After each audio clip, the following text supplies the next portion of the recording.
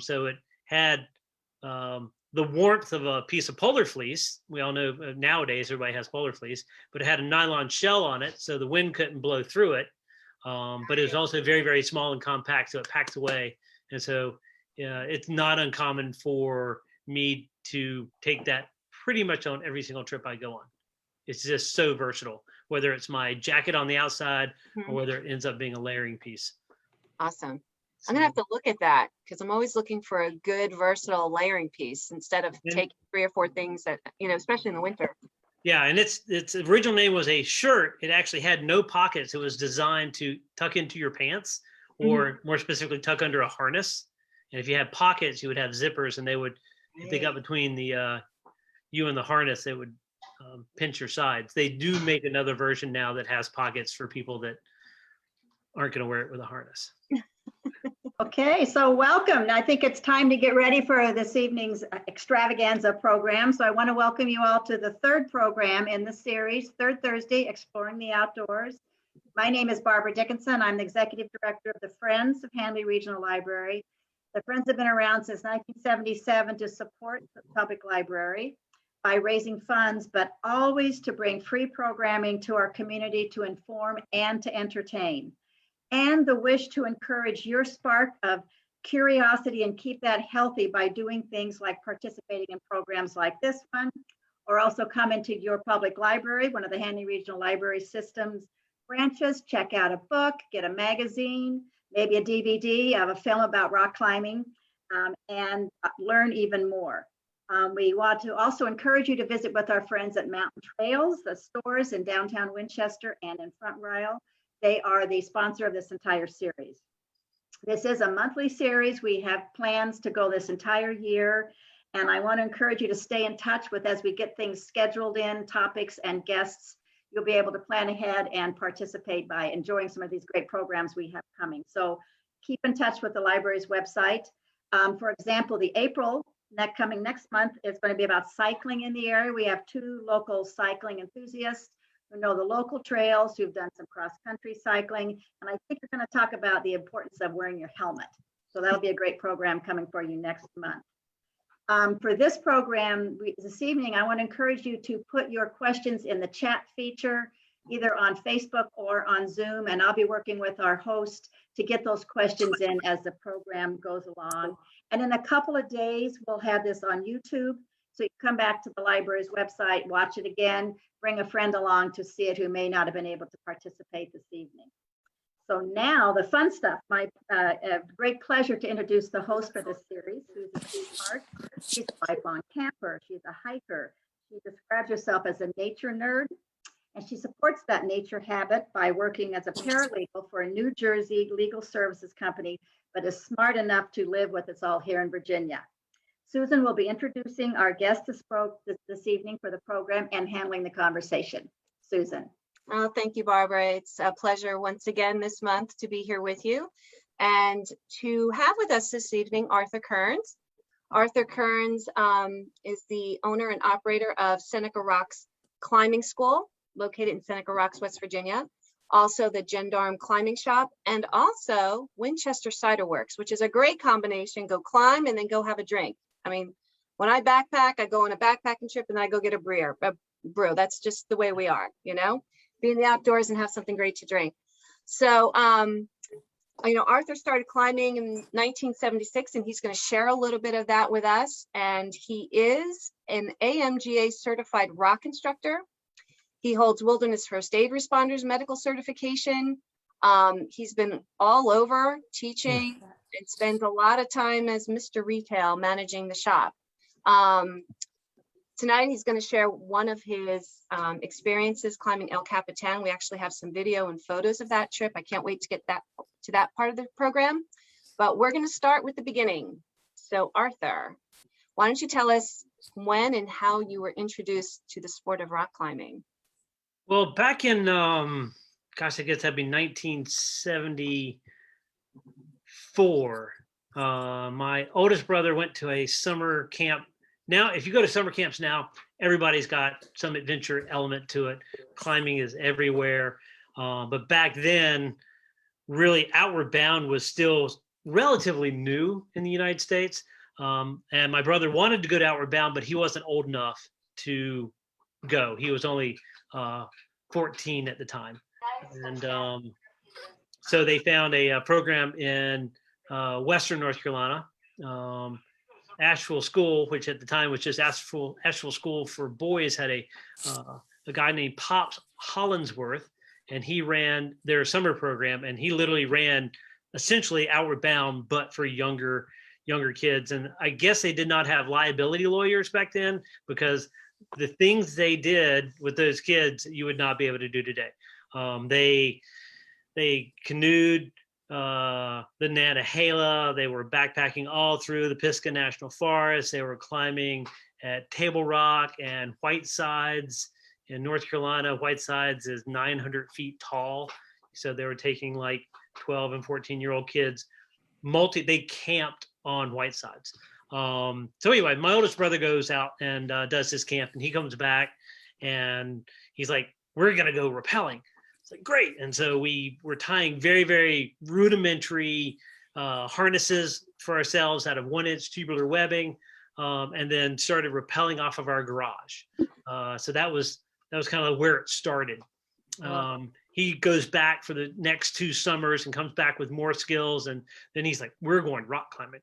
So we started rock climbing at Stone Mountain in North Carolina. And that's really where it all began. I had my first full-on multi-pitch rock climbing experience was in 1976.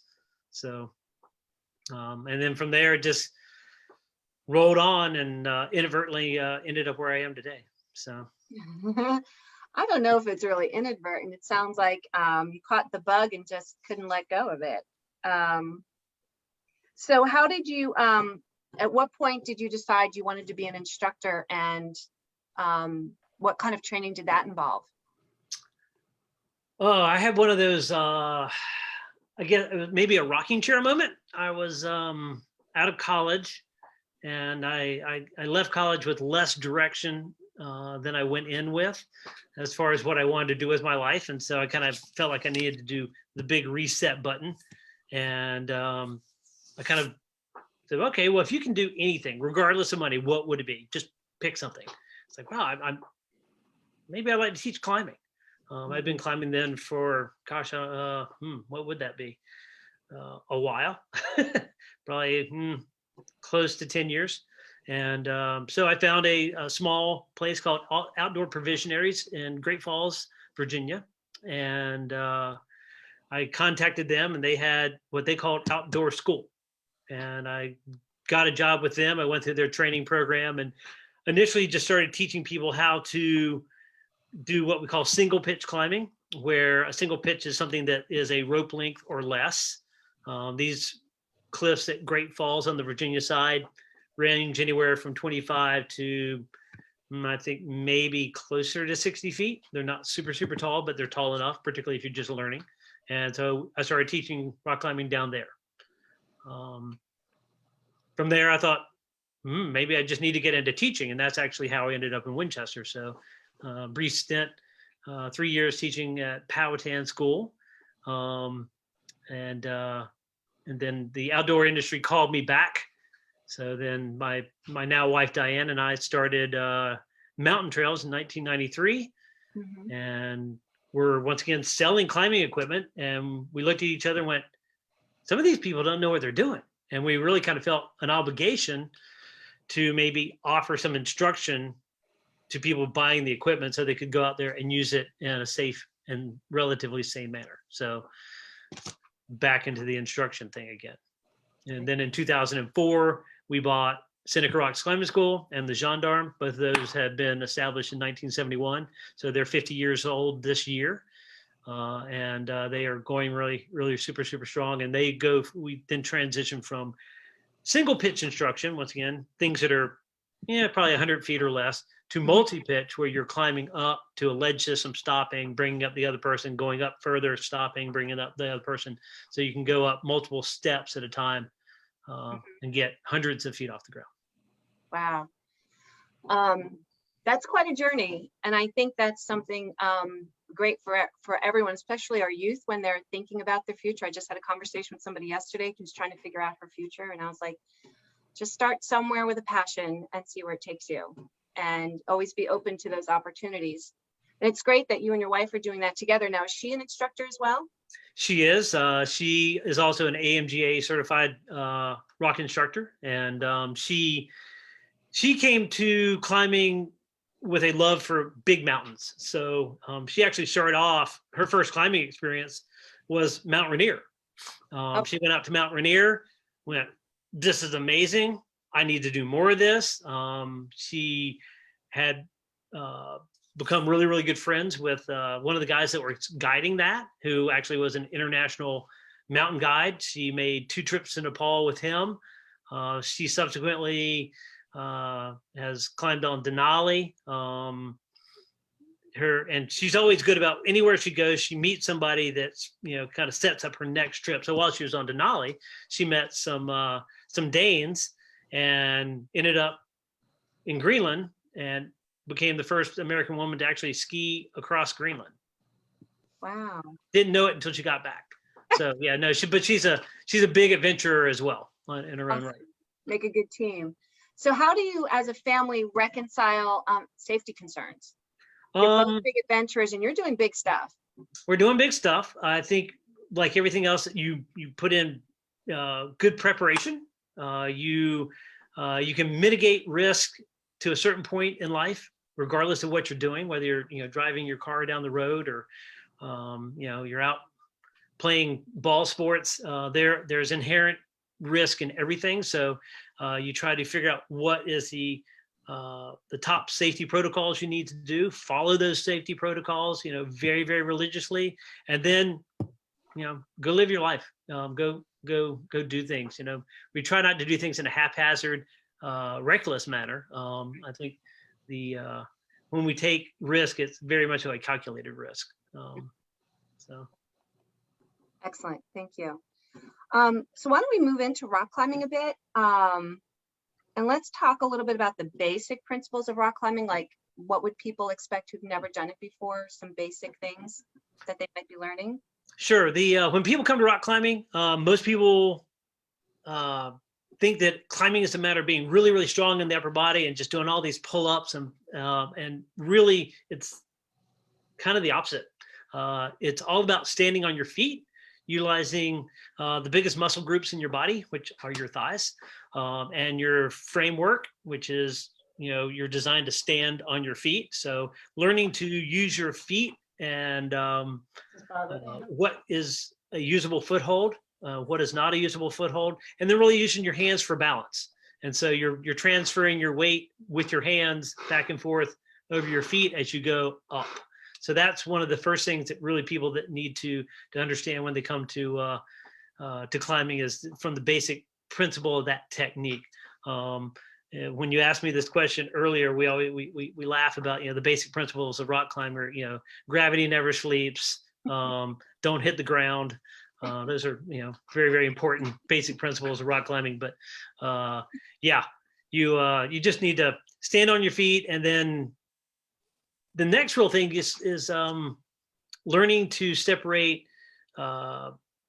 perception and reality. People get very nervous. Your natural self-preservation instincts are to be afraid off the ground. You're like, I don't want to fall. I don't want to get hurt. Good.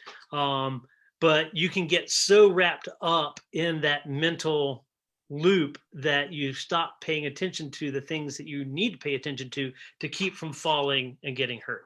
So learning how to focus on the things that are really, really important, like how to stay where you are or move higher, rather than just being so obsessed with what's way, way down below you.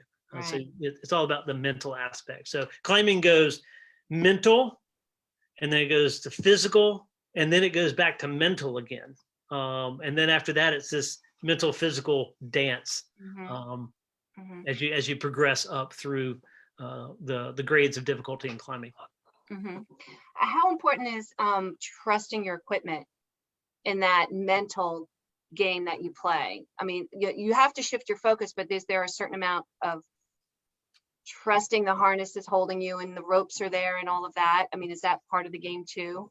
100%, because if I can trust my equipment to catch me if I were to slip and fall, then I'm just not thinking about slipping and falling. Right. Not a concern. It is the only concern I have about slipping and falling is, am I going to hit a ledge? So if I were to, I do need to be paying attention. That is a real true hazard, hitting that ledge. So I'm climbing up there and I have that in the back of my mind. There's a ledge below me. So if I slip, push off the wall so I can clear that ledge rather than just slide down the wall and impact it. So that's one of those things that's a real hazard. That's a real abject hazard. But that would be the only thing I'd be really, really concerned about. And you are, a lot of times you're mentally calculating. It's like, where was my last piece? How far am I above that last piece? So you just are, because when you fall, you will go, when you're lead climbing. So when you lead climb and you fall, you will go twice the distance plus rope stretch from your last piece of gear, providing your gear holds. If you are getting into climbing, me as a guide, I would take the rope up. The rope goes from you up. And so if you slip and fall, you don't go anywhere. The rope's there and it catches you and you stop immediately. So that's, and once again, starting out on climbing, people will be 5 or 6 feet off the wall and they'll be really, really freaked out. And a lot of times what we do is we get them to get up and just sit down on the rope and kind of go, see, rope's there. Rope's going to catch you. Go up a little bit further, sit down. And just so they're kind of like, oh, okay. And as they get used to, and that'd be a top rope situation, they get more and more used to like, okay, this, I'm safe. And as soon as they feel safe, like there's a rope here, I am actually not in danger, then they can focus on actually rock climbing. Right. Yeah, I could see that would be, for me, a challenge is making that switch. But I like how you described that. That's that process of slowly acclimating and trusting your equipment and gear so you can then focus on the instruction you're being given and practicing that and then moving on to the next level. So when you're working with beginners, is there suggested gear that they need to have, or do you provide everything? Like what types of things would they be expected to have? Yeah, when we book a course, we provide all the equipment. We basically tell people they need to show up with food and water for the day, clothing appropriate for the forecast, and a positive attitude. After that, we've got everything else. So if you want to roll into like what is some basic equipment, we can certainly do that. So yeah, why don't we talk about like in the difference between indoor and outdoor climbing, like what type of gear Sure. you might have if you're indoors or outdoors. So if you were to start off rock climbing, you might start off nowadays in an indoor climbing gym. Once again, if you went down there, they would have all that equipment. But if you wanted to get your own equipment, your basic kit would include a pair of rock climbing shoes. You'll notice that these don't have a tread on them like a hiking boot does. You're actually trying to maximize friction. So this is just flat, smooth rubber. And it has natural rubber versus synthetic rubber, which means it's a little bit more tacky.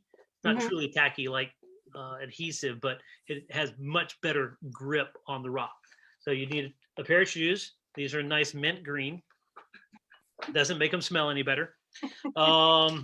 You would need a chalk bag. So gymnastic chalk was introduced to climbing probably back in the 70s. And now I don't know hardly anybody who climbs without it. So it's magnesium carbonate. Everybody has a little bag. This one basically has another little belt that I can put on around me, and that just holds that. And this sits behind me, and I can stick my hand in there, and the magnesium carbonate absorbs the moisture and the oils out of my hand, so that you are less likely to slime off of a hold. Right. You have a basic climbing harness. This is a modern day sit harness. It has a swami belt. I'm not sure if you can kind of see that. Yeah. It would have leg loops, Mm-hmm. and then kind of a master belay rappel loop here. So you'd have to see a photo of somebody in it. This one's kind of wadded up. This one's nice because it wads up, gets small. And And then the last thing you would want is a belay device and locking carabiner. This is one style. It's a tubular style belay device. These are less expensive. They start at like $16 plus $10 carabiner, or same $10 carabiner. And this was a Grigri. This is a locking assisted device. So when the rope is weighted, this little cam here will actuate and pinch the rope. So this is a little bit more technical and therefore a little bit more expensive. That would be kind of your basic kit indoors. Mm-hmm. Your basic kit outdoors would then include The helmet. a brain bucket. Yes. And people are like, how much should I spend on a helmet? And we're like, well, how much is your head worth? So when people are always coming in and trying to get the least expensive helmet, I'm like, all right, well, if you got a cheap brain, here's a cheap helmet. But really, there's so many different helmets out there now. You really just need to get the one that fits your head the best. And then from there, the more expensive they are, it's common with like mountain bikes and road bikes. They get lighter and lighter and lighter and more expensive as they go. So every gram starts costing you money. So there's kind of basic kit. Awesome. And then of course there'd be, if you're outdoors, as you get more experience, would you be adding to that as well? Yep. So phase next, you would take everything you just saw. Whoops. And say you were going to go down to Fort Valley area and go climb at Elizabeth Furnace or whatnot. You would need maybe some anchoring material. This is a 7mm piece of what we call a cordelette. It's I think Italian for little rope. Some slings like this, more locking carabiners to help build your anchors, and then maybe a couple of regular slings like that. So that would be, once again, enough to get you into what we call a top rope scenario. You would build an anchor at the top. The rope would run from the bottom up through that anchor. It's not really, you don't put a pulley there, but it's kind of like a pulley. And then it comes back down. When you're on the ground, one end attaches to the climber. The other one is the belayer. Belay is a nautical term to hold. So you have someone holding the other end of the rope. And as the climber goes up, the belayer takes out the excess slack. If the climber were to fall, that belay device helps lock off the rope so the climber stops. So that's kind of your basic single pitch type stuff. Yeah, and then you can climb there as well. I mean, you can also climb. Oh man, I didn't do it. I meant to bring a bolt so I could show it to you. They're upstairs.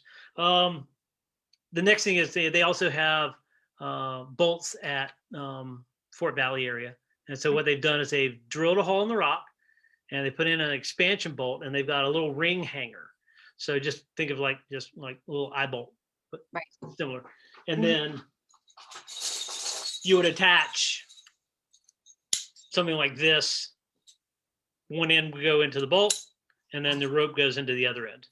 So that would help. That would be what would stop you if you fell in that situation. Once again, we just changed from top roping to leading. I apologize, but that would be the kind of the next add-on to the gear kit.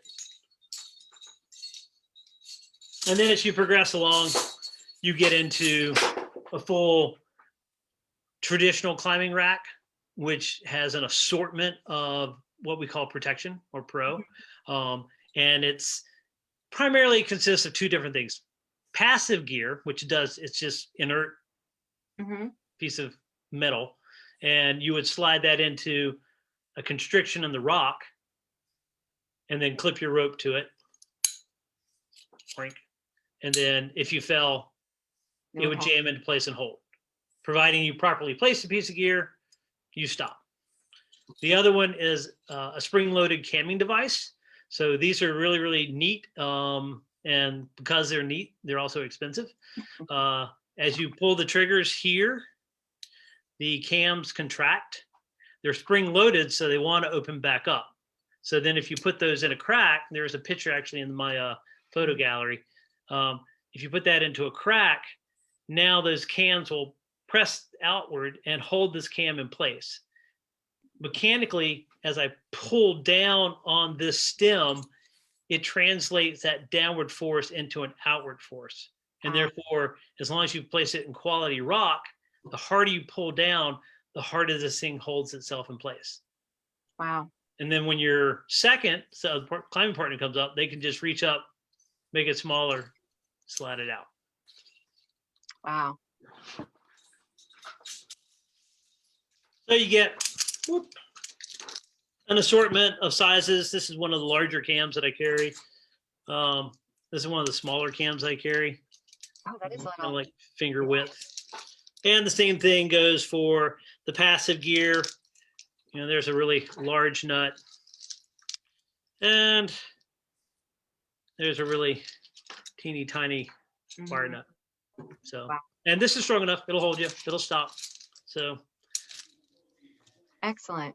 And that'll explain some pictures we see later, all this gear that you actually, this assortment of gear that you need for the type of climbs that you do.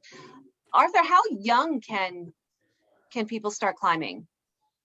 I mean, if people can, A kid. people can walk and crawl. I mean, the first thing kids do after they start crawling is start trying to climb up on things. So, I mean, we've Yeah, had, one of those I have to take off my kitchen cabinets all the time. yes, and as someone mentioned earlier, you know, a lot of the play sets come with these little climbing walls now. Yep. So, you know, kids are natural climbers, and they're ready to go.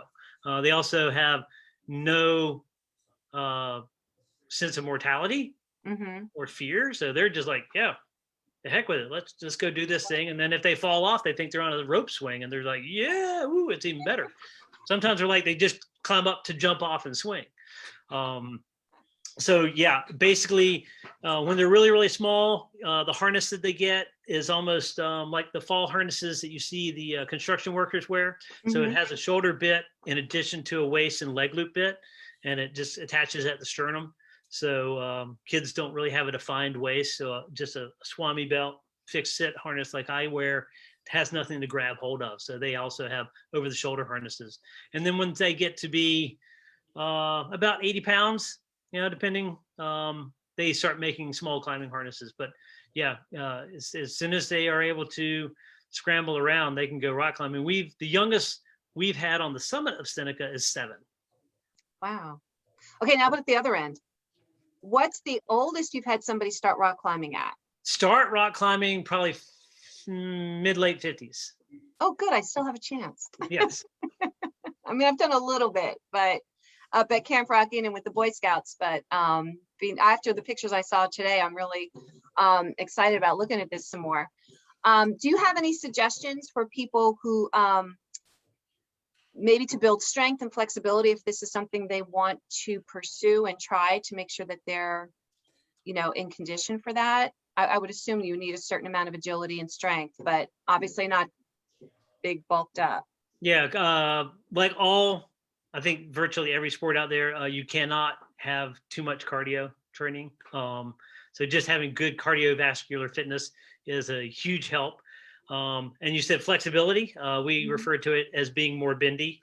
So it's like, you'll be up there and you won't be able to get your foot high enough. I need to get more bendy. So regular stretching, yoga, all of those things are really, really important. And to do them on a regular basis, that's where we get in trouble. It's not doing things when we should. And then after that, the basic strength training, they do make hangboards. There are some basic weights that you can do, but I got to tell you, there's nothing that works out the muscle groups you use for climbing like climbing. So going to an indoor climbing gym, we have a number of those in this region, which is great, or just going outside and going climbing. So you can go do all the weight workout you want at the gym, and that will help, but then you'll go rock climbing and you'll be sore the next day if you have not been climbing on a regular basis. Right, I'm sure. So let's talk about some of these longer climbs that you get into, because I'm assuming some of these longer, higher walls of rock is not just an hour.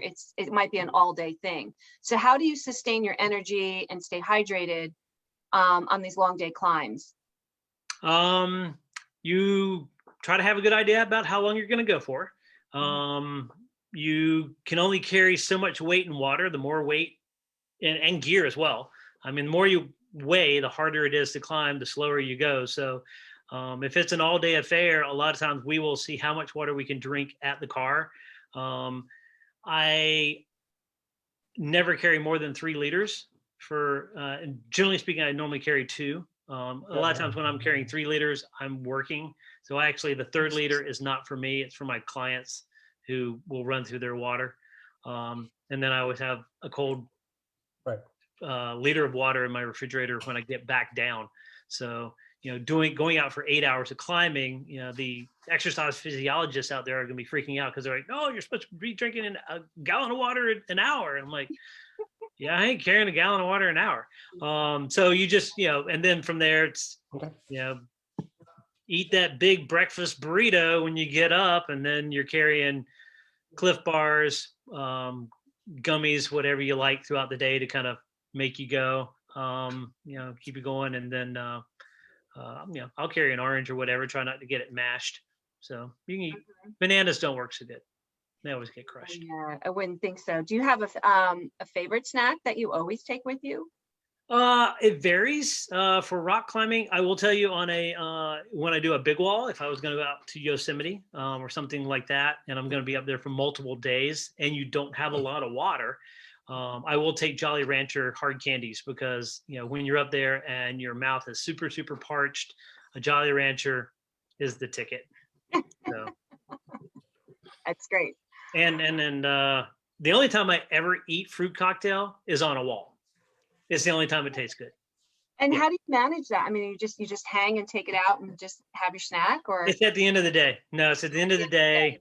You get, it's free. It's free liquid because you get to open a can, drink the heavy syrup, and then, you know, dig the bits out with whatever you have with you to eat with. I love it. All right, let's switch a little bit and maybe talk a little bit to fellow climbers out there who might have been thinking about becoming instructor and getting into teaching. Do you have any tips for them? Absolutely. So there are a couple of different organizations out there that do certify instructors. There is the AMGA, which I'm a member of, which is the American Mountain Guides Association. They are the first and oldest certification guide association in the United States. There's the Professional Climbing Guides Association as well. They have different criteria that they do, but a lot of people will start off maybe getting a certification to teach in an indoor gym. After they do that, the next certification would be teaching top rope stuff, which we mentioned, like if you were going to Elizabeth Furnace area and doing top rope instruction. After that, you get into and that would be called a single pitch instructor certification. After that, you go multi-pitch. I'm a rock instructor. They actually have gone away. That certification actually doesn't exist now. They've gone to guide aspirant. So I'm a rock instructor, but a guide aspirant. And then from there you go, you know, so from a rock guide, then you go to mountain guide, which is about it for climbing. You can also add skiing in, ski mountaineering, but that's quite. But so yeah, from that standpoint, yeah, go start with some basic. You know, make sure you have basic skill set and training, right, and have your your ducks in a row, and then go through some certification courses, get certified, and start working your way up. You can also go and work for climbing schools. There are climbing schools that only do single pitch stuff, and then there's climbing schools like ours that do multi-pitch instruction as well. Excellent. So another aspect of that, of course, is safety issues. So how do you work in learning about the safety protocols and then incorporating that into the training aspect of it as well? I mean, I'm assuming it's integral to all of it, but is there separate, I mean, is it part of your training, or is there more to it than just being out there and learning? Is there other things that you have to consider? As a climbing instructor, there is a inside joke that the client is always trying to kill you. They're always trying to kill themselves, and you're always soloing, which means even though you're climbing with a rope and all this gear, you can't count on your client to actually be able to hold the rope when you're belaying. So you might as well be, not placing any gear anyway. So yeah, you have to have a lot of safety things built into the system. But you also have to be ready at any moment to respond to an emergency. The basic emergency would be like your client has, as I say, pegged their fun meter and they want to go down, and you may be more than a rope length off the ground, and you may be half a rope length away from your client. And so you got to be able to figure that one out and reverse engineer that one very, very quickly to get back down to them, because it's all about client safety. And if they're done, they're done. Most often, we end up responding to other climbing parties' accidents. So once again, being able to switch over and then kind of have a toolbox full of self-rescue / just straight up rescue skills ready to whip out at a moment's notice, and have that really hardwired. So you're not thinking about anything, you're just doing it. You just do it. So what level of like first aid, wilderness first aid training would you recommend? Would you be a wilderness first aid responder, or is just wilderness first aid sufficient? Like what level of training would you get in terms of first aid response? I think everybody should probably start off with a basic first aid course, and you can get wilderness first aid after that. And then a wilderness first responder kind of sits in this between an EMT and, basic first aid. We all have wilderness first responders because even though we are a half a mile from the road, we're always more than an hour from definitive care. Right. If there is a rescue scenario, it's an hour at least to the road, and then it's a 20-minute drive to the closest hospital, or maybe it's a 20-minute helicopter flight to the, if you're doing something other than that. So we have to be able to do a little bit more than apply direct pressure. Right. Excellent. Okay. Why don't we switch again a little bit and just talk about some other outdoor pursuits that you enjoy, because a lot of outdoor enthusiasts, while they have one particular favorite activity, they kind of go out and pursue other things as well. I know I do. So what are some things other than rock climbing that you like to do?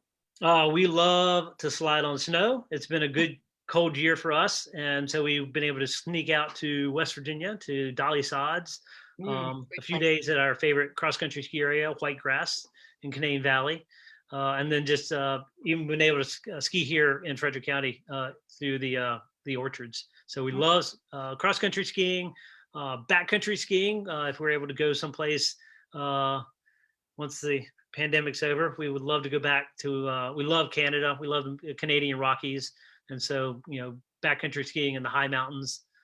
So that's a big thing for us. Cycling, road biking was a more of a passion of mine a number of years ago, and I've kind of slipped away from it. It's just harder and harder to find roads that aren't with a lot of really, really fast moving cars in Frederick County anymore. So it's been disappointing, but I'll come back to it at some point in time. So, and then I will run for fitness. I will not run for fun. Mark Merrill. That's why I hike. I don't run anymore. I just hike. And I will get and my wife and I love to go for walks. So yes. All right, why don't we share some places with our audience where some local places where they can learn to climb, and progress in skill and confidence in this sport. Yeah. So indoor climbing gyms. There is Climbing New Heights. I think they're up in Martinsburg. There's Vertical Rock, which is in Manassas. Those are probably the two closest gyms. There's also Sport Rock in Sterling. I have to close my eyes to remember these things. And then, of course, Seneca Rocks Climbing School does offer single-day experience and multi-day instruction in the George Washington National Forest between Front Royal and Strasburg. Awesome. Now, you mentioned when we first started talking that you and Mountain Trails are offering a special program. We are going to try to do some basic rock climbing experience days, as well as so we're going to try to mix it up. I'm working with Gary to get it on the calendar down there, but kind of one month do a climbing fun day. So people kind of, I just want to experience this. I'm not really interested in, getting too far down in the weeds on knots and all this other stuff. I just want to go, you do all the work and I get to go climbing. So that's the climbing fun day. And then for people kind of go, hey, this, I think I'm gonna want to do this. So then you would have those people come back and take a 2-day course, which would be, here's how to tie all the proper knots. Here's how to set up the proper anchor systems. There's multiple anchor systems that you need to know how to do. Here's how to make sure you're rappelling safely. So just the true basic skills of climbing. Awesome. We're looking forward to that. We'll make sure that that gets advertised so people can take advantage of that. Do you have any other favorite places in the United States to climb, or places to recommend here in the United States? And then we'll jump to other countries. But yeah, I'm very, very fond of Western North Carolina. There's so much to do there. It's just absolutely gorgeous. People have no idea how much rock there is in Western. I mean, from pretty much the Piedmont area, Winston-Salem west. And the further west you go, the more rock there is. So that's absolutely fantastic. Obviously, we climb a bunch at Seneca. That's kind of the default. We're there. The New River Gorge in West Virginia, absolutely fantastic. The Red River Gorge in Kentucky is great, but to get to the Red River Gorge, I have to drive past the New River Gorge. And I'm like, I'm here. There's miles and miles of climbing here. Why do I want to drive another 4 hours? Schwangunks up in New York is fantastic. Going up into New Hampshire to Cathedral Ledges, great places to climb, beautiful scenery. And all the rock in these places are so different. The rock itself is different. The bedding has different angles. So where Seneca is very, very vertical, the Schwangunks in New York is horizontal. So all the crack systems, are different. So I'm doing this at Seneca and I'm doing this at the Schwangunks. And so the style of climbing changes. So you really get to change what you're doing with your body. And then the rock itself changes. So either how much texture or not texture it has. You can get into some very, very sharp granite out into places like Vitavu or Joshua Tree out in California. They have very, very, you have to tape up to shred you. Or you can be climbing limestone, which is, you're not really sure if it's rock at all. So it's super, super slick. So, and it just kind of keeps, it's everything's a challenge until you can change it up. is there any way to prepare yourself for those different type of surfaces, or is it just when you're planning that trip, you're mentally preparing, or do you have to do any other type of training for that? It's all, I will always go to a new climbing area or even a climbing area I've been to many times and start off on more moderate terrain, just to kind of get your head wrapped around it. Stone Mountain in North Carolina is a classic example. It is friction climbing. So it's a slab. It's just an off angle granite dome. And so when you're climbing there, you aren't holding on to anything. Your hands are palm flat on this wall and your feet are smearing on the rock. Wow. And so that takes a little bit of getting your head back used to it, because it's when you're used to having something to hold on to and suddenly now there's nothing to hold on to. It takes me a whole day of climbing there to kind of get my groove on. I'm like, okay, now I've got my Stone Mountain head on. I'm ready to go do some harder things. But Gotcha. So it is a process of preparation. Yes. And thinking about it and getting back into the groove of what you need to do for that particular climbing surface. Yes. Interesting. So how about out of this country? Where's some great places to think about going to climb? Even if you don't go climbing, go to Norway. It's unbelievably gorgeous. The fjords are beautiful, and they happen to have these massive granite walls climbing out of them. So there are, there's 4,000-foot granite walls in Norway, and bigger than Yosemite. And the granite up in the Lofoten Islands, which is very, very northern and western Norway, is out without a doubt the best granite I've ever climbed on. It has this remarkable super, super high friction, but it's also super hand friendly. So normally you get a lot of friction from the crystalline structure, which then rips you to shreds on your hands. This doesn't do either. It's just everything. It just feels good to stick your hand in a crack and make a fist, and you don't come back with blood running off your hand. But then your feet just stick to everything. So. Wow. Awesome. Now I want to go to Norway. I don't know if I'll climb, but I think I just want to go check it out. One of the things we talked about when we first started chatting was we talked about the movie Free Solo and watching him climb El Capitan without any ropes or anything, and it was quite astounding. But during that conversation, we talked about the different categories of rock climbing. So could you share with us the different categories of rock climbing? Sure. So the simplest form probably would be something called bouldering. Bouldering is done with just your chalk bag, your minty fresh climbing shoes, and a fold up crash pad, which basically has impact foam on it, so that when you land, you don't break an ankle every time you land. And then the climbs themselves can be as short as like 6 or 7 feet tall. But most of the time, you're climbing an overhang, so you're onto the other side of something that's this way. The moves are very hard, so the short, powerful movements is what typifies bouldering, and so that is almost a sport in of itself. There are people that all they do is boulder. I see them at McAfee now all the time. Yeah, so they're up there, and that's all. We call them pebble wrestlers. So yeah, we have fun.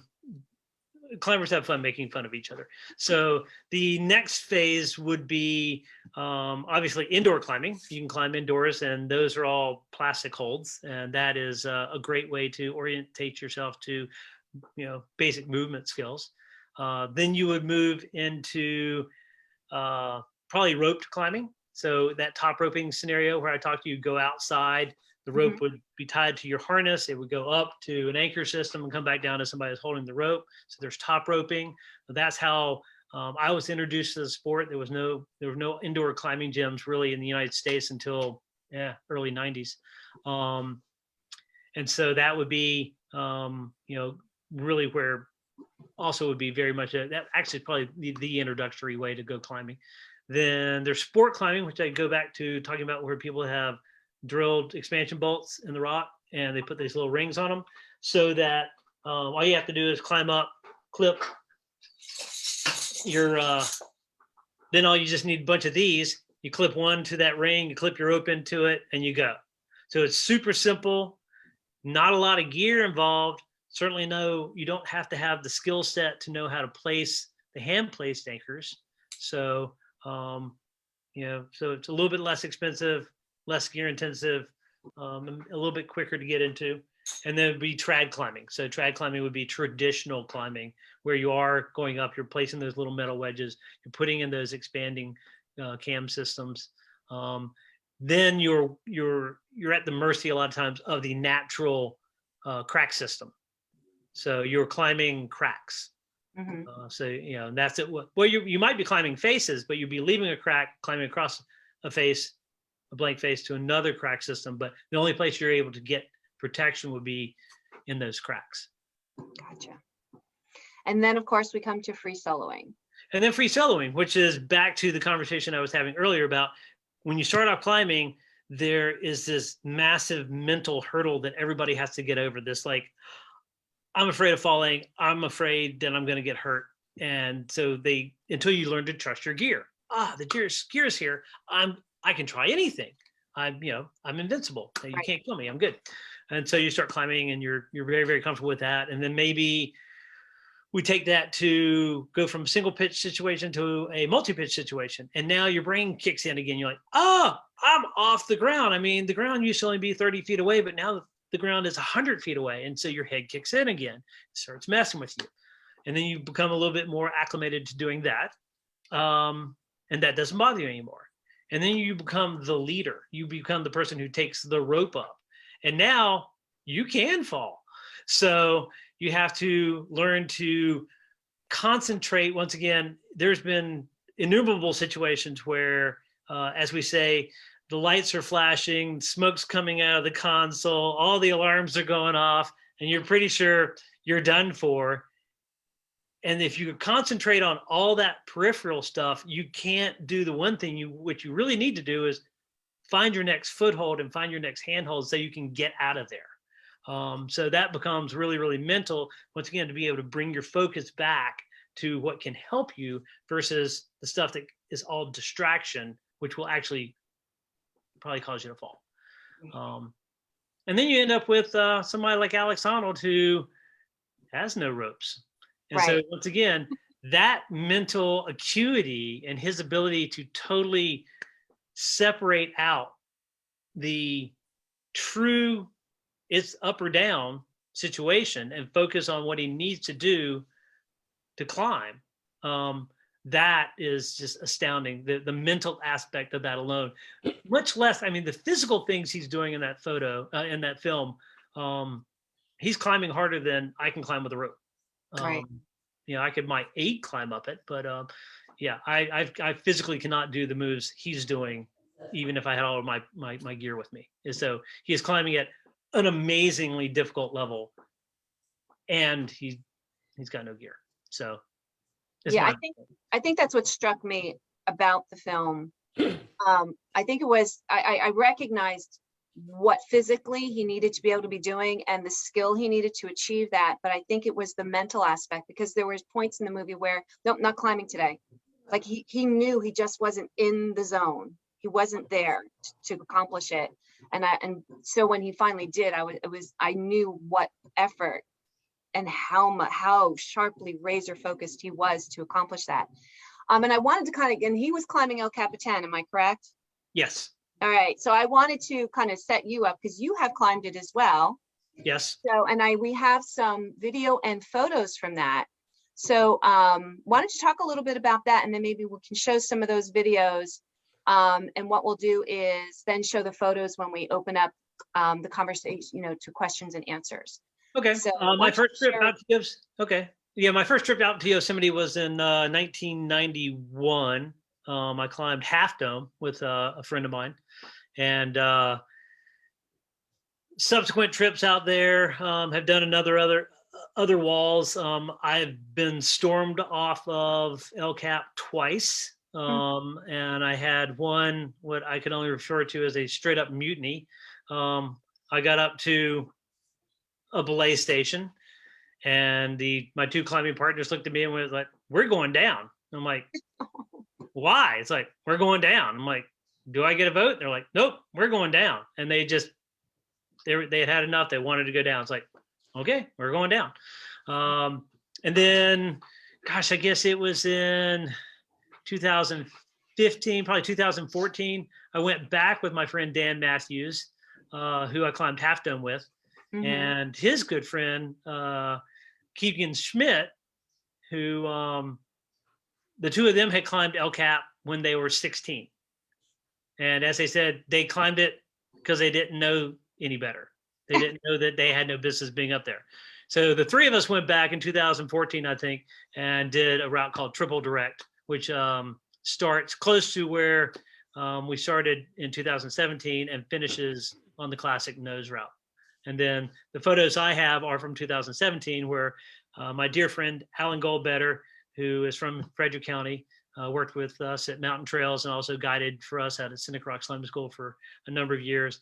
And my other dear friend, Tess Ferguson, who's now Tess Ferguson Smith, who also started actually out as a client at Seneca Rocks Climbing School and eventually became a guide instructor. Then the 2 of them hooked up as climbing partners. Actually, they're married to separate people, and they've climbed multiple first ascents in Patagonia, first ascents in Alaska. They were trying to get to Pakistan last year when everybody else was trying to get someplace and nobody got to go anyplace. But they had never done, they'd done big mountain stuff, and they had done a lot of technical rock climbing, but they'd never done a big wall. And they said, "Hey, we want to do a big wall." I'm like, okay. I knew both of them had super, super solid climbing skills. Their techniques were good. Their safety protocols were top notch. They just had never done any of this. So I was like, all right. And they said, we want to do something big. I'm like, okay. So we chose the mural wall. The mural wall was first climbed in 1965 by Yvonne Chenard and T.M. Herbert. Those are both big names in the climbing world. And they walked up to the base of this thing and set off the ground and did it in 8 days. They were the first time ever that somebody had done a big wall in a single push. A lot of times people would go up, fix lines, and come back down to the ground, and then go up and push a little bit higher and then come back down to the ground. That's how a lot of walls have been done up to that point. But they walked up with the equipment and the food and water they needed. They set off, and 8 days later, they ended up at the top. Wow. Absolutely amazing route. And so we decided, let's go do that thing. It'll be big. We'll have a big time. And literally, apart from sending them a few hand sketches about a few different things, I was basically giving a big wall clinic on the fly. So we would get up to a certain ledge and we look at the next pitch. It's like, okay, the strategy for this pitch is this, and this. And they go, got it. And off they go. But they're so smart, and they just were able to take it and go do it. So we had a super good time. And we took 8 days. We spent 5 nights on the wall. So we actually were fixing. You'll hear the term fixing. We were fixing up. The first day we climbed 5 pitches, came back down. Second day went up 5 more pitches, came back down because we knew a weather front was coming in. It rained for 2 or 3 days. We moved some bags during one of those rain days, and then we came back with a good solid weather window and went up and went to the top. And actually on the second to the last day, I looked at it and was like, we can get off this thing today if you want. And they're like, why? We're having such a great time. I'm like, okay. So it's like, let's spend another night out. And we had plenty of food and water. It's like, yep. So we did it. So Awesome. Excellent. Do you want to share some of the video we have of that trip so people can get an idea of how big this wall is and how you maneuvered up these different pitches? Okay. Let's see. Maybe what I'll do first is I'll try to get into, I don't know if I'll have that. I don't have it on, sorry. Yeah, you have the videos. You have you actually have the picture of the mural wall topo. I don't actually have that on a different box. I apologize. But we'll go and look at the videos because the videos are good. So here would be early on, trying to take the haul bags, which are these big bags that you haul up the rock and carry all your gear to the wall. And so let me see if I can get.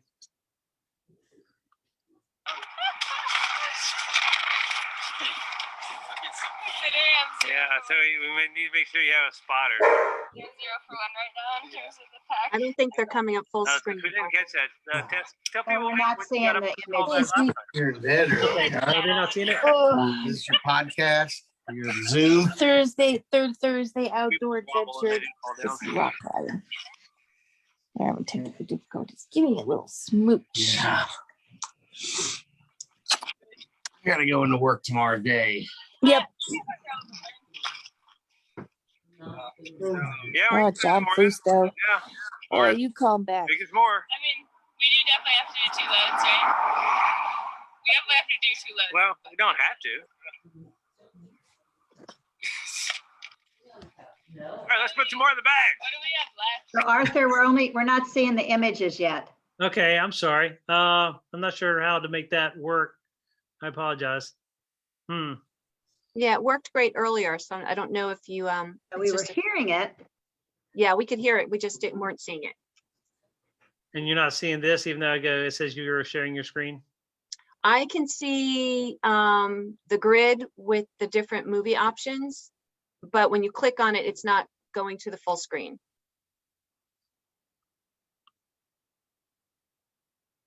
Oh, that's weird. Let me see if I can get.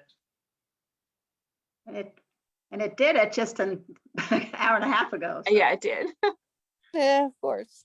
I apologize. Let me see. Get off. Get off.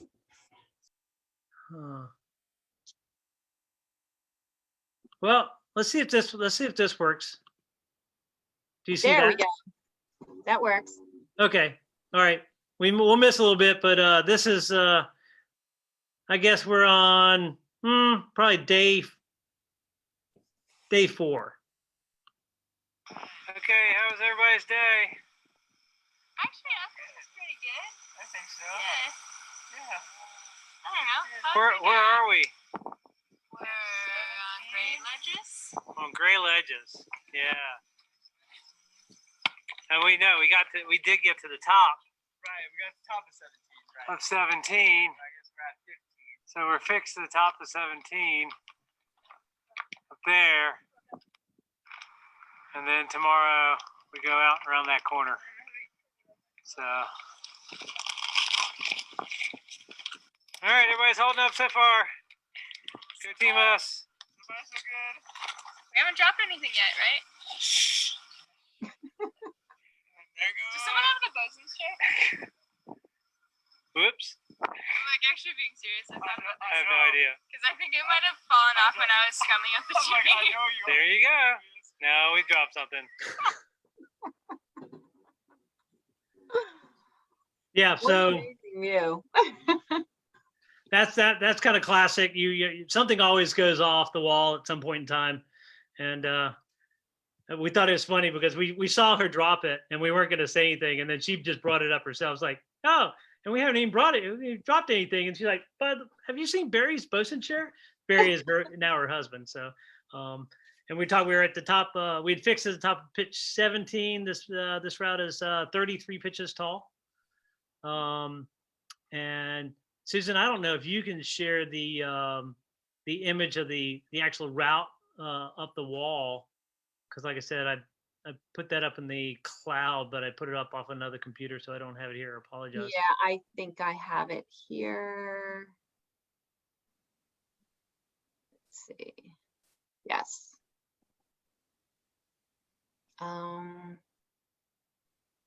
Let me just share this.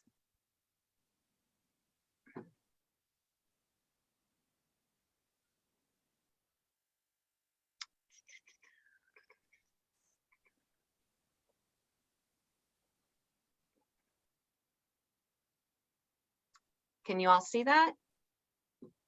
Yay. Okay. Yeah. So basically, as it leaves the ground, the little red line goes up, and where it kind of makes a little arc over to the left. That was kind of like day 1 for us. And then it kind of makes a little straight line and bends a little bit back to the right. That was kind of day 2 for us.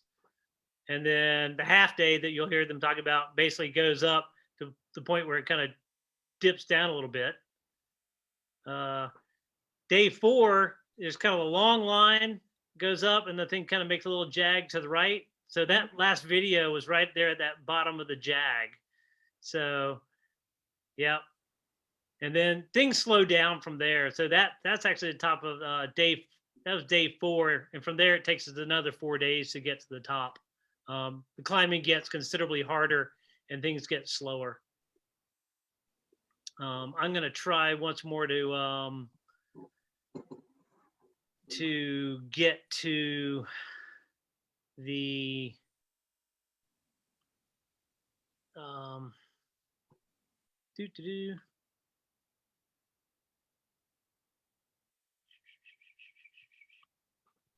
oh, come on now.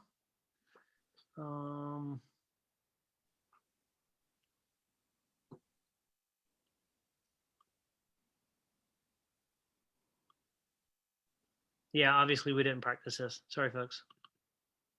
Well, we did a bit, but Well, yeah, but I'm still no good at it. So one of the ways you get up the wall is somebody leads and takes all the fixes the rope up, and then the other 2 people can come behind you and they can ascend the line. It's called jugging. So here's a little video of Alan ascending a rope.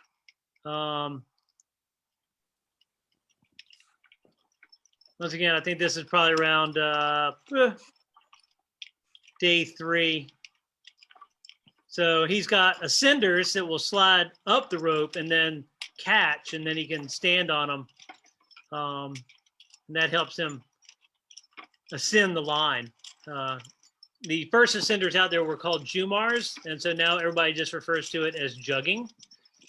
Big old wall up there. And as he refers to it, no matter how far you climb, the first 3 days, the top doesn't seem to get any closer.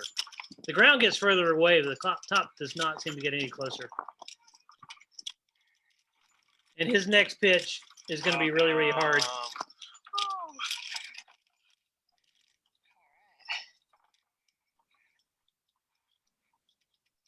You're gonna need the number 5s for this next pitch. You know, I told Tess as much. Look up.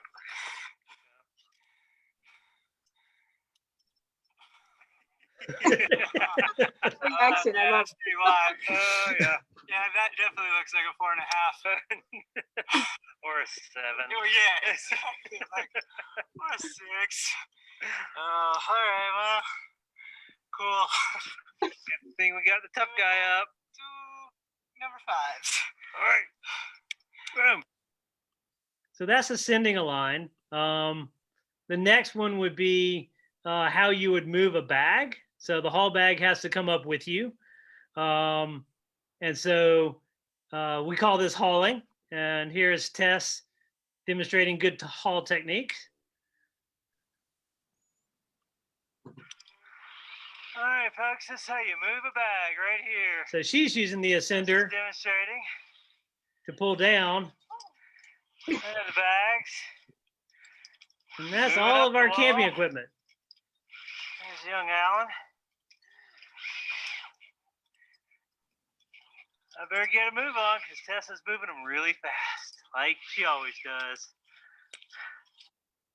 And you just thought you were climbing. You got to pull all that stuff up with you too. That's crazy. Yeah, so big wall climbing is definitely slows things down. Yeah, it's not just the Alex Honnold climbed his in under 4 hours, climbed El Cap, and I mean we're up there for 8 days. Correct. Yeah. So then the other one that which is kind of funny because we talked about the fact that we laughed our way up this wall.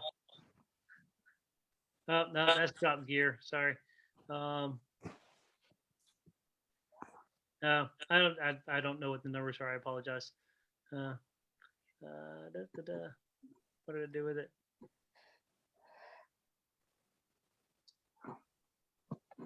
Yeah. Oh, well, it's up here. This is sorry, this will be day 7. But we're tired. We don't know what day it is. I think it's Sunday. How many days have we been at this test? Are we including like the fixing days? Yep, gotta include the fixing days. Oh my god. You guys flew in on Friday? You flew in on Friday? Yep. So we can 7, 8, 9 days? 9 days? Yeah, so we had 2 days of pitch 1 and I guess yeah, the 8. first 10 pitches were 2 days, and then hauling was day 3. Half day to go to Mammoth. That's 3.5. Then Mammoth to Gray is 4. Gray to pitch 20 is 5. Yesterday was 6. This is day 7. 7. Did And you a count half. the 7.5. half day that So- Alan and I did? So 7.5 days. Okay. And where's Alan? Oh, he's up there. Hanging on some cam hooks. Getting it done! Woo! Nice. Let's hope that Alan doesn't take a winger today. He's the only one that hasn't fallen so far. Yeah, I'm gonna say that. All right. Here's our view. We can see Middle Cathedral. It's the valley.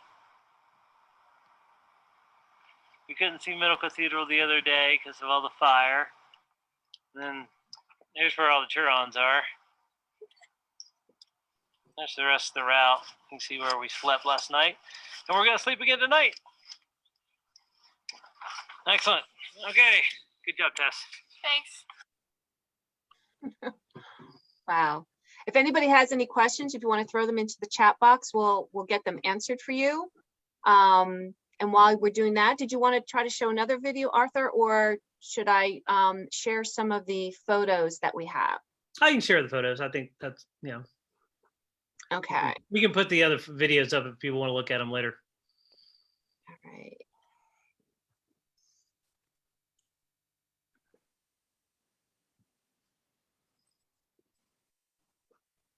All right, I'm going to start sharing. Oh, it'll stay up. Stay up. Thank you. Wow. That's early on. You can see that the head wall above El Cap is still looming large.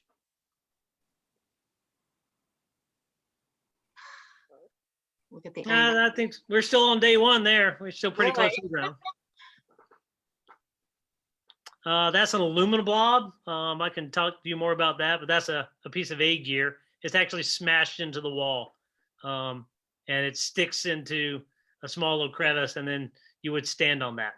But basically, they took a piece of aluminum that swaged onto that wire and hit it really, really, really hard with a hammer multiple times and just mashed it to the wall. So it's kind of stuck there Wow. loosely. So Loose. Stuck but loose, but it holds you. yeah. Okay, I trust you. They do pop out. So, but once those, that would be fixed gear. Once you play something like that, you leave it. And leave it. So I very, gotcha. that's not really part of the clean climbing anymore. But they are on a lot of aid routes. Wow. Just jugging up to heart ledges there. At a belay, I'm sorry that one's sideways, but that just kind of shows you some of the equipment. Tess is probably getting ready to go out and do the lead, so she's got a lot of gear on her harness. Tess in a traverse. Once again, I apologize. These things turn themselves sideways.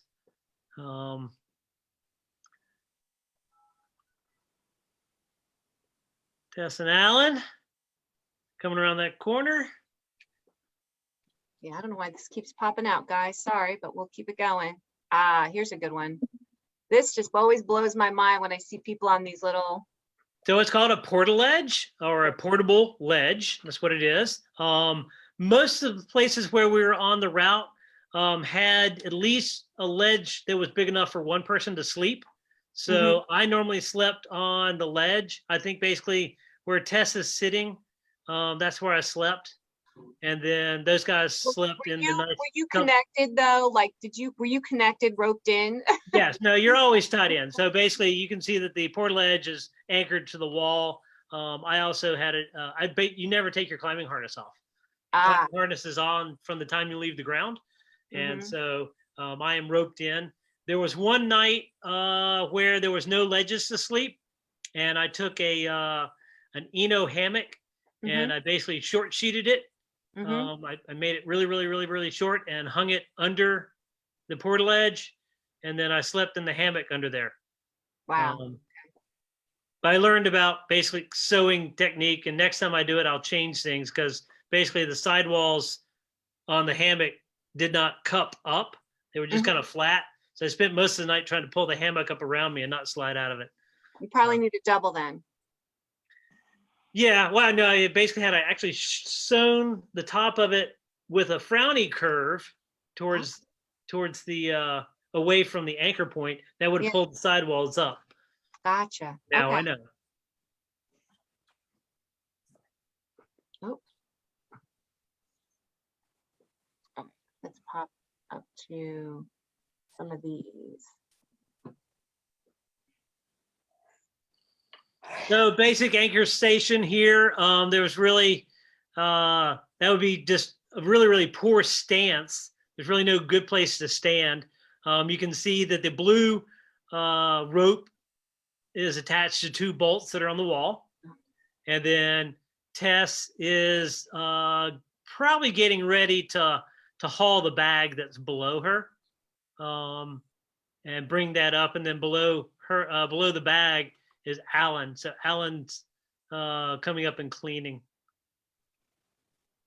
It looks like I've led off on the next pitch. And the thing about the mirror wall is it has all these corner systems. So a lot of these photos may look like the same photo, but they're not. And so you're climbing all these incipient corner systems and seams and working your way up the wall. Because they're corner systems and seams, you have places to put all your equipment. A lot of jugging. Wow. A lot of jugging. And at some point in time, the ground doesn't seem to get any further away and the top doesn't seem to get any closer.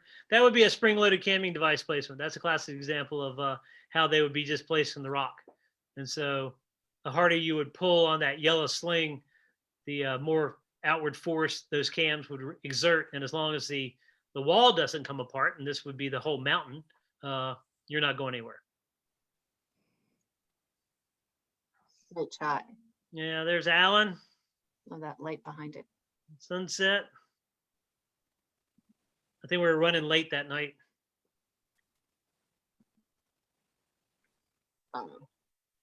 Yep, we're getting towards the top. We're about, yeah, this is the second to the last day. We basically got to go up to that big gray roof and then go way to the left. So, and there's like flowers growing up there. I think that's Indian paintbrush is what they call That's that. awesome. And just massive, the granite, there's so much rock there. And it's just mind boggling how big it is. And the fact that it's just one gigantic piece of rock. Oh, there's my rope. Our rope got cut at some point in time. So. And so that's another consideration that you're keeping an eye on as well. Then, as you're climbing, you have to keep an eye on those things, don't you? Yeah, that's our haul rope, and that's what we were using to haul the bag. That was not a life supporting rope, so that wasn't as much of a concern. Yeah, that's where the video of Tess hauling came from. Very, very vertical wall right there.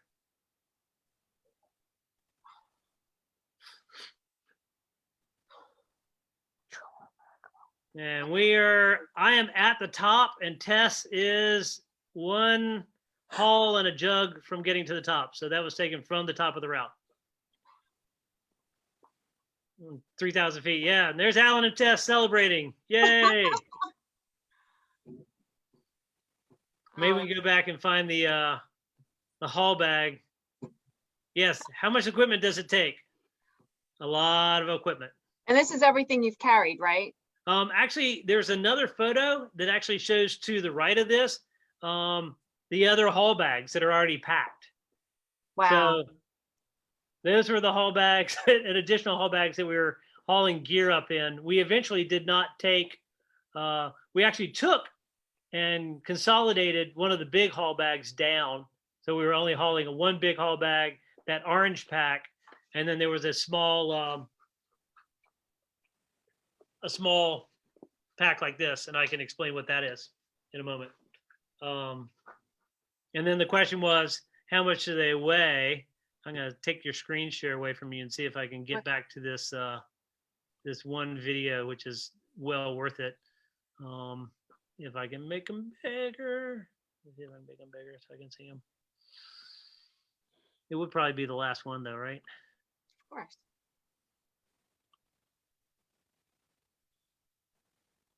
Oh, this is a great. Is this the one? This is hilarious. Wait, no. So that was the end of it. Sorry. Yeah. So these packs now weigh 75, 80 pounds maybe. And so they're packed, they're ready to go. And it's time to see if you can stand up.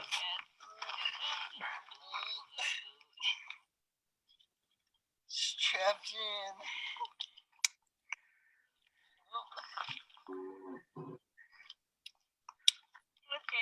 Because now we got to walk down.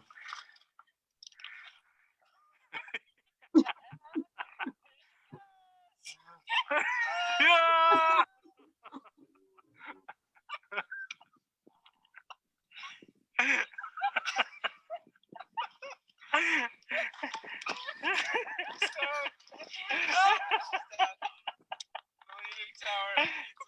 Yes, you can do it. That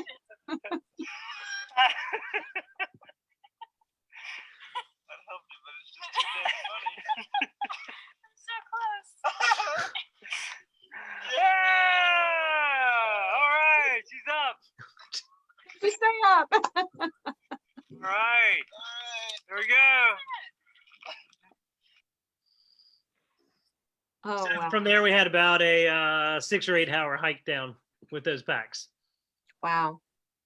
We do have a question, and it actually was a question I had. But somebody asked us, how do you deal with waste products like bodily functions when you're out on the walls and stuff?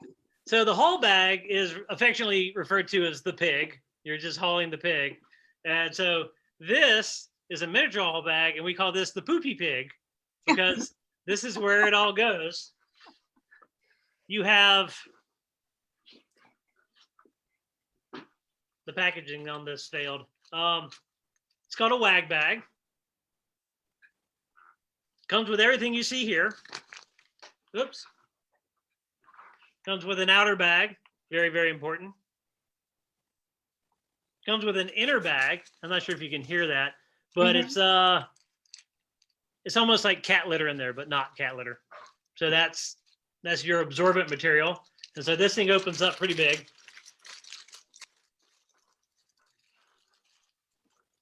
That's your target that you're shooting for. This is your allotted amount of toilet paper, so you must become skillful. That's all you get. And then a wet nap.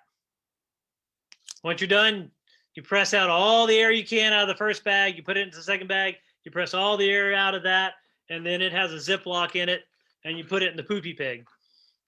And that thing definitely holds 15 to 20 loads. Wow. And of course, after 8 days, it gets some personality as well. So I'm sure with that's why you kind of leave. It's always tied off and left really low. You only bring it up when you need it, and then you put it back down away from you. So does each person in the group have their own poopy pig? Nope, that's the group poopy pig. That's where it all goes. Whoa. Okay. Well, pack it in, pack it out. Yeah, I mean, there's not a lot of modesty. I mean, everybody can turn their back and give you a little bit of privacy. We did have to laugh. End of day 7, we're on a really nice ledge system, the best ledge system we've been on the entire time. In fact, I mean, it's almost sidewalk wide, and you can walk around. And Tess is like, "This is great. I'm finally going to go over here and just kind of pee in private, kind of have my own little space, my own little time." So she gets over there. She's tied in. She extends off on the rope, and she goes around this corner, and she kind of gets in a position to do what she needs to do. And around the corner comes a sightseeing helicopter, and it's like at eye level with us. So they got some definite sightseeing, and of course, we just all burst out laughing. And she comes, and after she finishes her business, and we're sitting there, and it comes back. It's like, "Oh, Tess, they've come back for more." So yeah, she got to moon the helicopter sightseers. It was pretty priceless. Oh, that's funny. So that's kind of leads into another quick topic. And if we could talk about is, so you're packing that out, but what about I'm assuming you're packing all your waste up, but what other conservation issues do you deal with out there? So when climbing big walls and climbing in general started, they used to, no, where'd it go?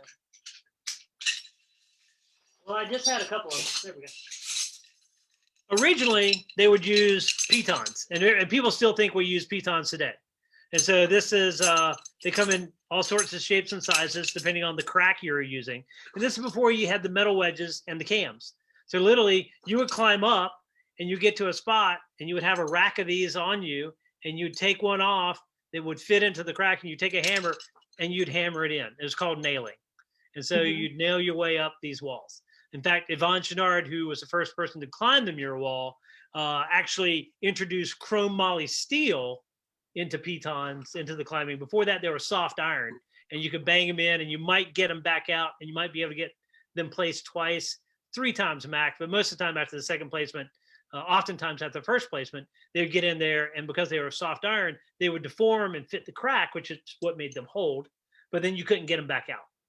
So Yvon Chouinard, who actually had training as a blacksmith, said, "I'm going to make these out of chrome moly steel." They were great. In fact, that's how Chouinard equipment, which then also started Patagonia clothing, came to be. And so he was, in the winter months when he wasn't climbing, he was making pitons. And we go back in the summer to Yosemite, he was selling them to people. And so they could bang them in, and the next person that came behind them would bang them back out. The next person that climbed out would bang them in. And so you actually end up with pin scars. And so they're actually, literally drilling holes in the cracks, which is one of the reasons that a lot of these climbs can be free climbed today without using direct aid, is because what you can do to stick your fingers in, Right. the finger slots are there because that's old pin scars. So a lot of these things actually can be free climbed today only because they were aided many, many years ago.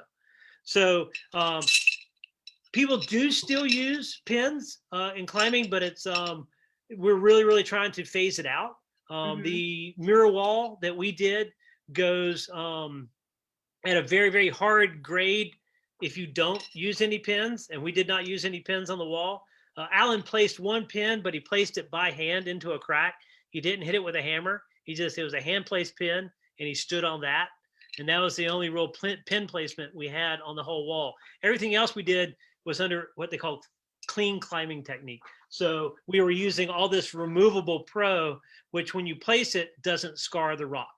Gotcha. So that is the clean climbing technique that is now used pretty much everywhere. And now the modern day climbers are all now up there putting in bolts, which goes back to this ongoing debate from the standpoint of should you be bolting, should you not be bolting.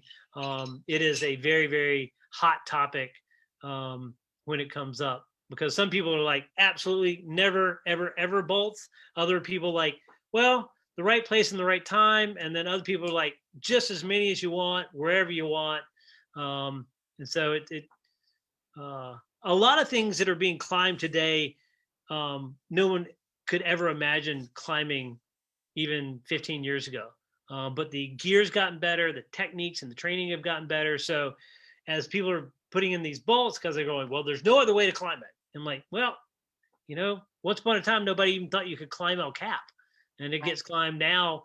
The speed record on El Cap, I think, is 2 hours and 30 minutes. Oh my goodness. Yeah, I mean, it's amazing. I mean, like me, I take my time. We call it vertical camping.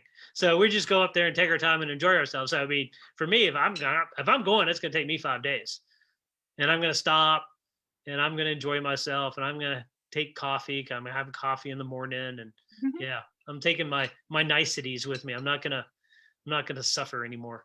So, and then from the standpoint of not a big wall, but just regular everyday climbing, more for what most people are doing, we really, really are trying to get people to appreciate the impacts they are having on climbing areas. A classic example, once again, Elizabeth Furnace area got a lot of bolts put in it for ages and ages and ages. It was a top rope only area. We would anchor off of trees on the top, hang the ropes over, climb. It got very little traffic. Then people went out there and bolted all these different lines on it, and people came out from the city, and it truly just got trampled into submission. Vegetation gone, erosion starts. So we're really, really try to instill in people a real appreciation for the damage their mere existence is doing. Right. And then after that, yes, there is the pack it in, pack it out ethic, and just being aware of, your impact when you're climbing. Great. All right. So we're coming on the 8 o'clock hour. And do we have any other last minute questions? Did you have any questions from Facebook, Barbara, that maybe we can answer real Just quick? had a question whether there was going to be a climbing school in Winchester or of any new ones that you knew that were coming on the scene. If you live in Winchester and you want to learn how to rock climb, you can go with the Seneca Rocks Climbing School. We do have permits to operate in the George Washington National Forest, and so we do offer introductory climbing. If you go to our website, you won't see it because that's mostly dedicated to climbing at Seneca. So what I would say there is if you're not interested necessarily in waiting for a trip to be scheduled out of Mountain Trails, or you want to have your own thing, just send an email to info@climbseneca.com, and we will go from there, arranging that. So yes, there is a climbing school in Winchester. Good, thank you. And lots of appreciations and thank you for the program tonight. Someone wants to know if you were ever, do you know Sil Mathis at St. Albans? I have met Sil Mathis, and he is definitely a big name in the climbing community from many, many years ago. He was there and taught with a good friend of mine, Mike Goff, who is from England. And so I guess I have 1 degree separation from Sil Mathis. So we've met. We haven't spent a whole lot of time together, but I hear nothing but great things about him as an individual. Awesome. And then one last comment. Somebody mentioned being out at Seneca last week and wanted to suggest you plug the Access Fund. Oh, yeah. Well, the Access Fund is, once again, a climber organization, and they are dedicated to, well, they do a couple of things. They were initially conceived of to help climbers maintain access to existing climbing areas. There are a number of places that used to be wilderness areas. I mean, they're just way out in the boonies. And I mean, there are more and more people all the time. So a lot of places that we used to be able to go climb, developers would come in, they'd build housing developments and all this other stuff. And then the housing people were like, well, we don't want these crazy climbers here. And so the Access Fund came into existence to work to find compromises with landowners to maintain access to climbing areas. The Access Fund has also played a very, very big role, very much so down at the New River Gorge, as far as doing a great deal of trail work down at the New River to help mitigate erosion and restore a lot of damage that we as climbers have done ourselves.